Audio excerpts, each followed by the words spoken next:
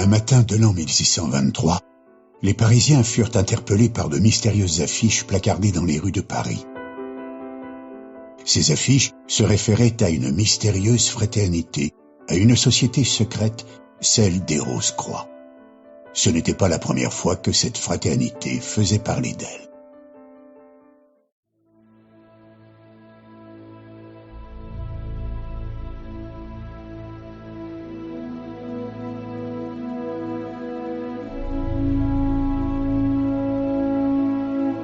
Alors les origines historiques de l'ordre de la Rose-Croix sont tout à fait passionnantes parce que c'est quelque chose qui est apparu en fait au début du XVIIe siècle.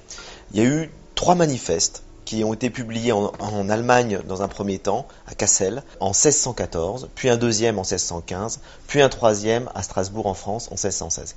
Ce sont ces 3 manifestes qui sont à l'origine, avant on n'avait jamais entendu parler des Rose-Croix, de l'ordre de la Rose-Croix.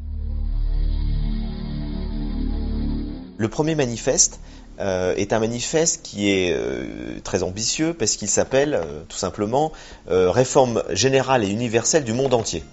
Donc on voit que c'est un manifeste utopiste qui prétend réformer le monde entier à travers tout un certain nombre de principes. Et à l'intérieur de ce document, il y a un texte qui s'appelle la Fama Fraternitatis, qui annonce donc ce qu'est l'origine de l'ordre. Et selon ce texte, l'ordre des Rose-Croix aurait été fondé par un mystérieux chevalier Christian Rosenkreuz, donc Rose-Croix, et ce chevalier aurait vécu longtemps avant, au XIVe siècle, et il aurait vécu 106 ans, il aurait cherché, c'est un homme qui aurait été orphelin, qui aurait voyagé en Orient, rencontré des sages de toutes les religions, puis cherché à fonder une nouvelle spiritualité qui est celle des Rose-Croix, prônait donc une spiritualité universelle fondée sur la réconciliation et la fraternité.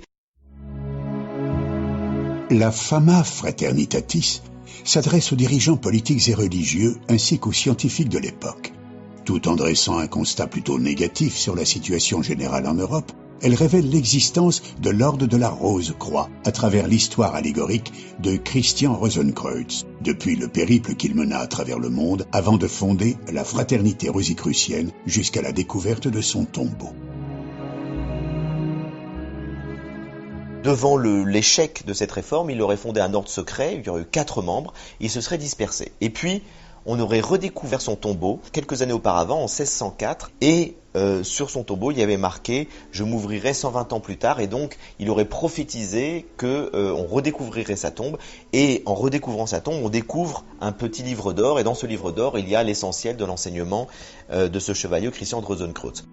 Ce premier document publié donc en 1614 est de manière anonyme, c'est-à-dire qu'on ne sait pas qui a écrit tout ce texte, qui a écrit finalement la biographie de Christian Rosenkreuz et ce premier manifeste. Et ça suscite un enthousiasme incroyable dans toute l'Europe. On se passionne pour cette fraternité Rose-Croix qui existerait depuis plus de 150 ans de manière cachée. Plein de gens vont publier d'autres textes.